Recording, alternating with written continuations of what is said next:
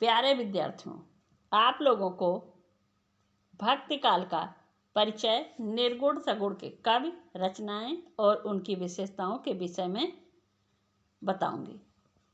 भक्ति काल 1375 से 1700 ईस्वी तक चला। इसके दो भाग हुए, निर्गुण और सगुण। निर्गुण के दो भाग, ज्ञानाश्रय के प्रमुख कवि कबीर, जिनकी रचना रही बीजक। प्रेमाश्रय के प्रमुख कवि जयसी, इनकी रचना पद्मावत। सगुण के दो भाग, राम भक्त और कृष्ण भक्त। राम भक्त के प्रमुख कवि तुलसीदास, जिनकी रचना रामचरितमानस। कृष्ण भक्त के प्रमुख कवि सूरदास, इनकी रचना सुरसारावली। मोनियर विलियम्स के अनुसार भक्त शब्द की व्युत्पत्ति भज धातु से की जा सकती है।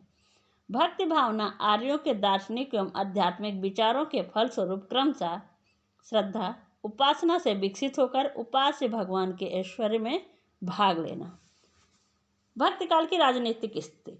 पूर्व मध्यकाल या भक्ति काल का आरंभ दिल्ली के सुल्तान मोहम्मद बिन तुगलक 1325 से 1351 ईस्वी के राज्यकाल में हुआ। उत्तर से दक्षिण तक राज्य विस्तार किया। देवगिरी को अपनी राजधानी बनाने का यत्न किया, जिसका नाम दौलताबाद बाद में रखा।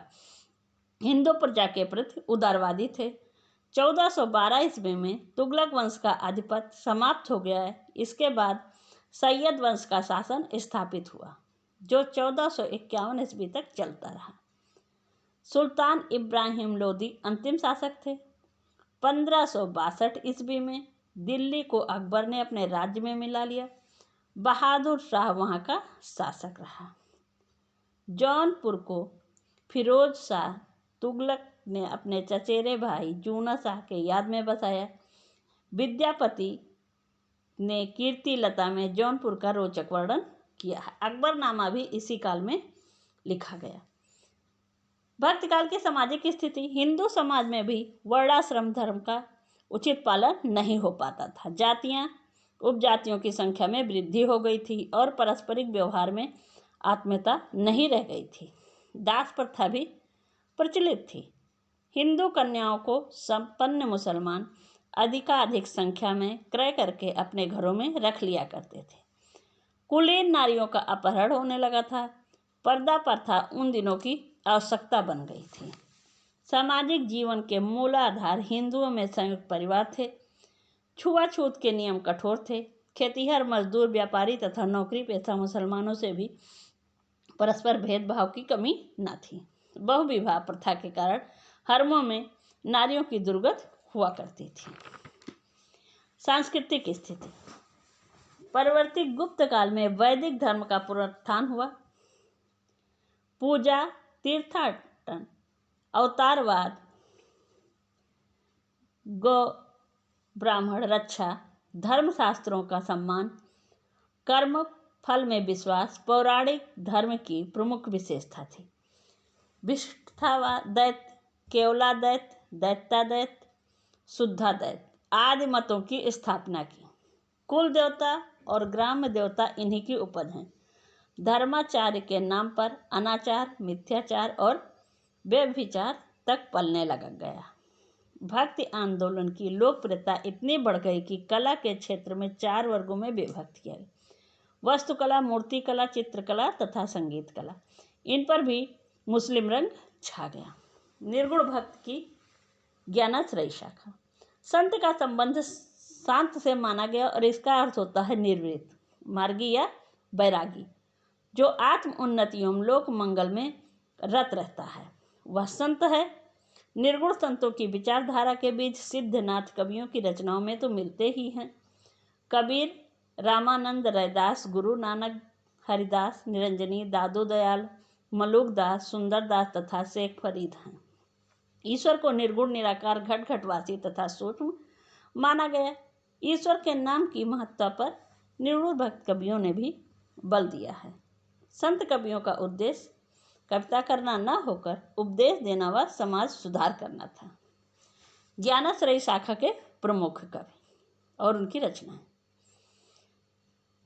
कवि कबीर की रचना बीजक, रैदास रविदास की बानी, गुरु नानक, जप्पू जी दूसरा रहीरास, हरिदास निरंजनी अष्टपदी, दादू दयाल हरड़ेवाड़ी, सुंदरदास सुंदर ग्रंथावली, शेख फरीद की रचना बानी, मलुक दास ज्ञान बोध और ब्रजलीला।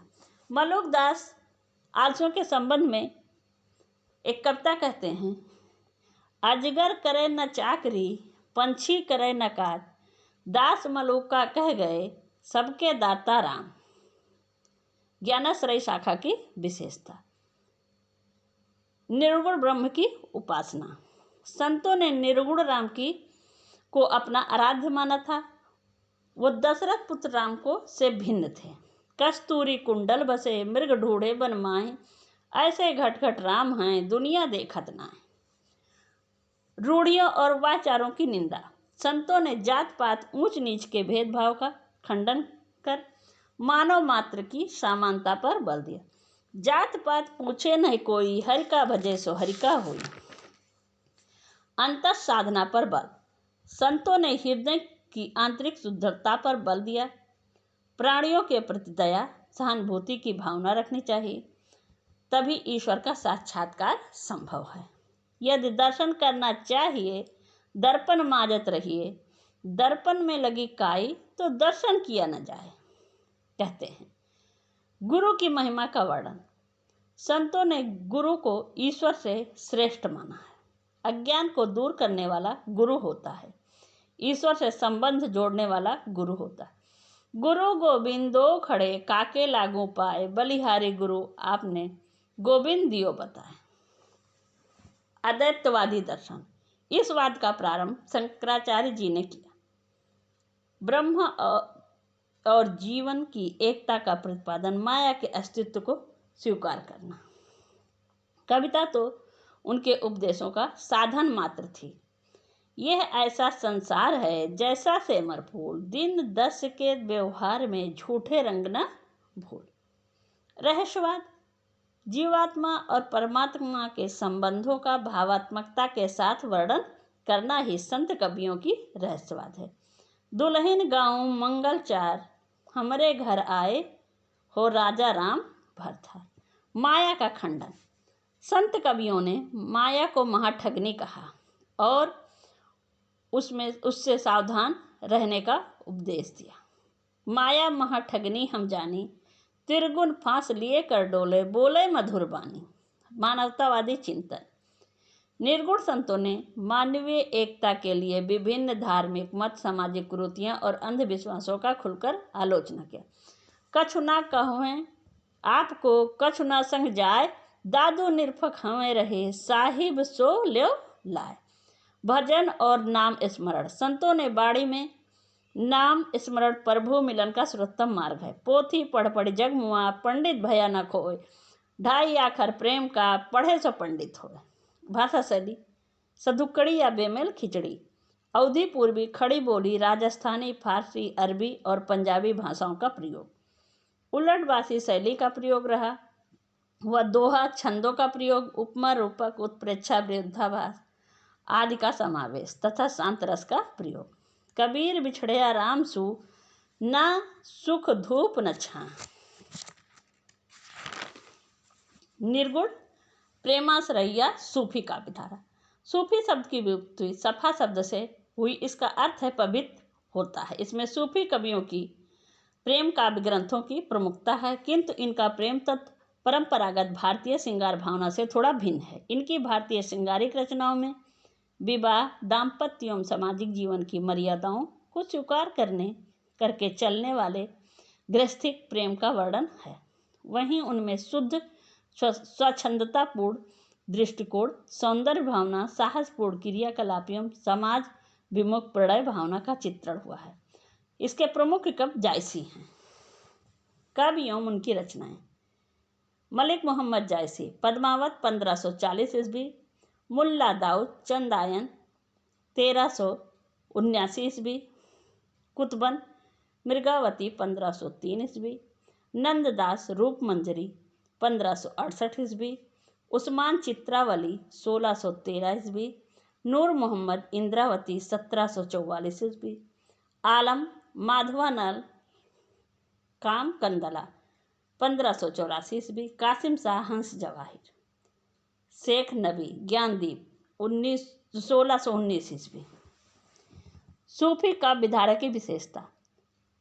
प्रेम तत्व की प्रधानता। प्रेमाख्यान काव्य के नाम से ही प्रेम तत्व की महिमा और उसकी प्रमुखता प्रकट होती है। रति भाव की संपूर्ण झांकी है। प्रेम का आलंबन रूप सौंदर्य है। लौकिक प्रेम पर अलौकिक प्रेम की व्यंजना।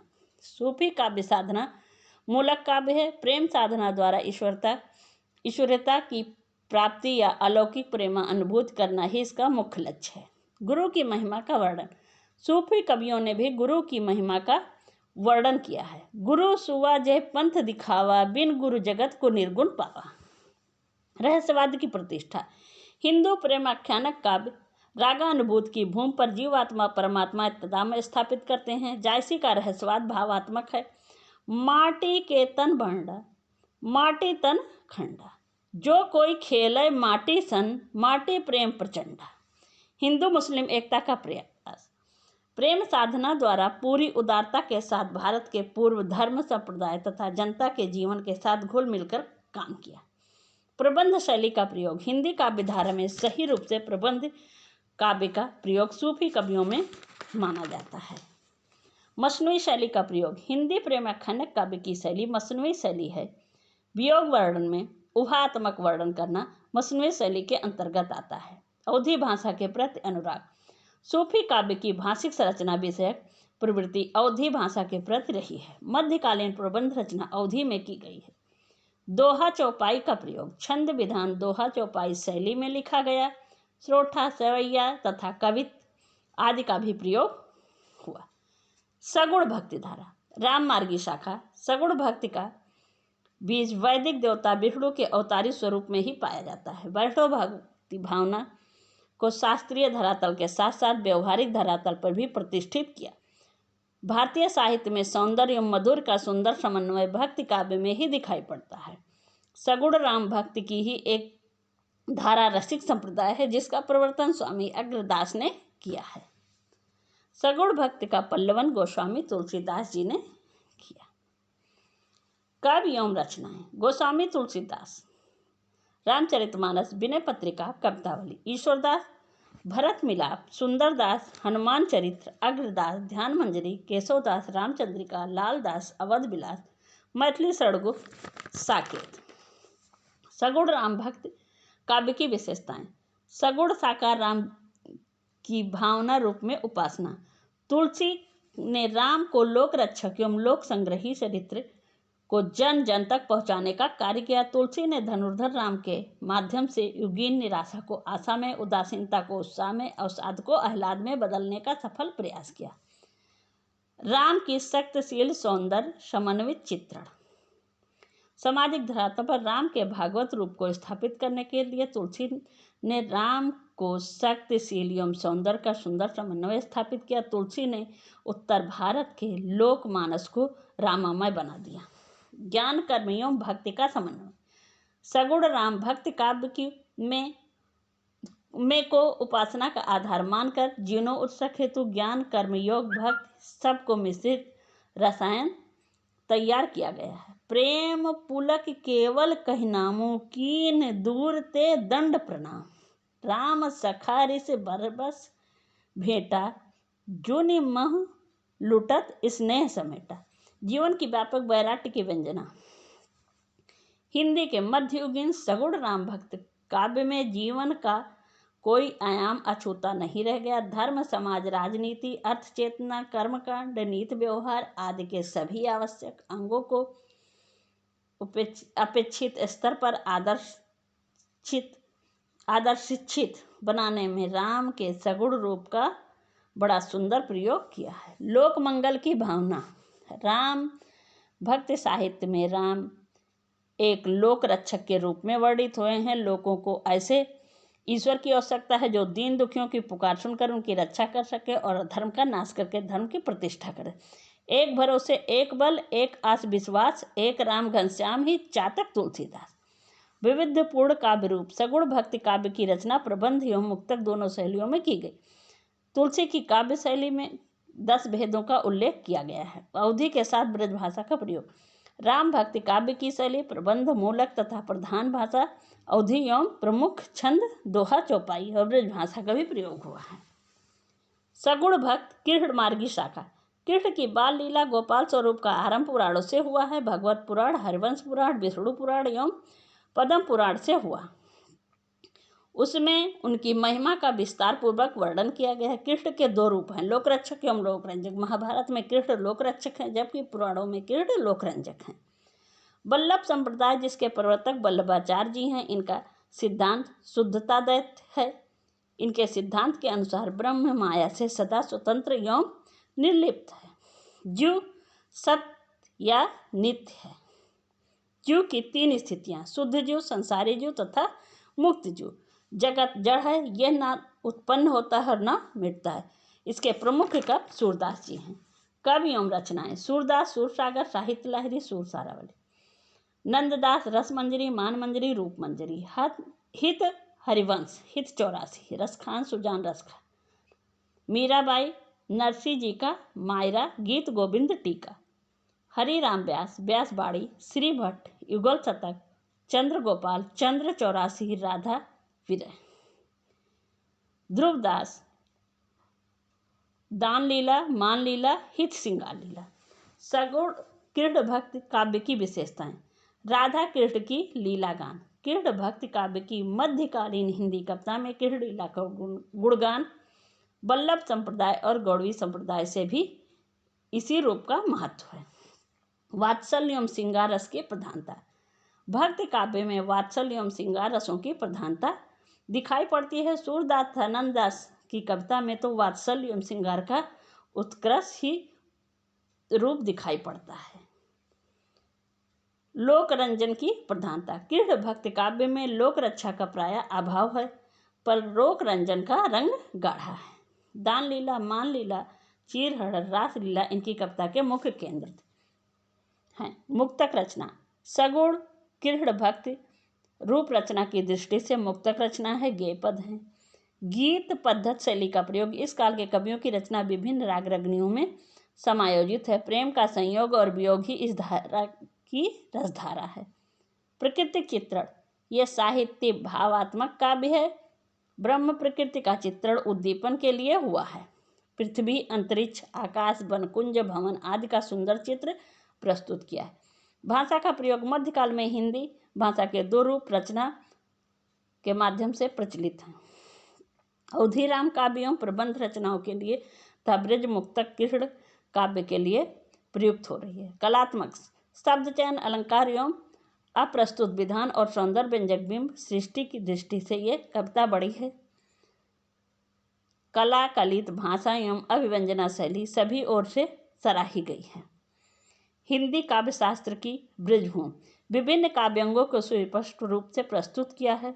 अलंकार, रस, नायिका भेद, वियोग एवं संयोग की 10 दशाओं आदि का काव्य शास्त्र संबंधी अन्य बातों की अवधारणाओं के रेखांकन में इन कवियों की रचनाएं प्रेरक हैं।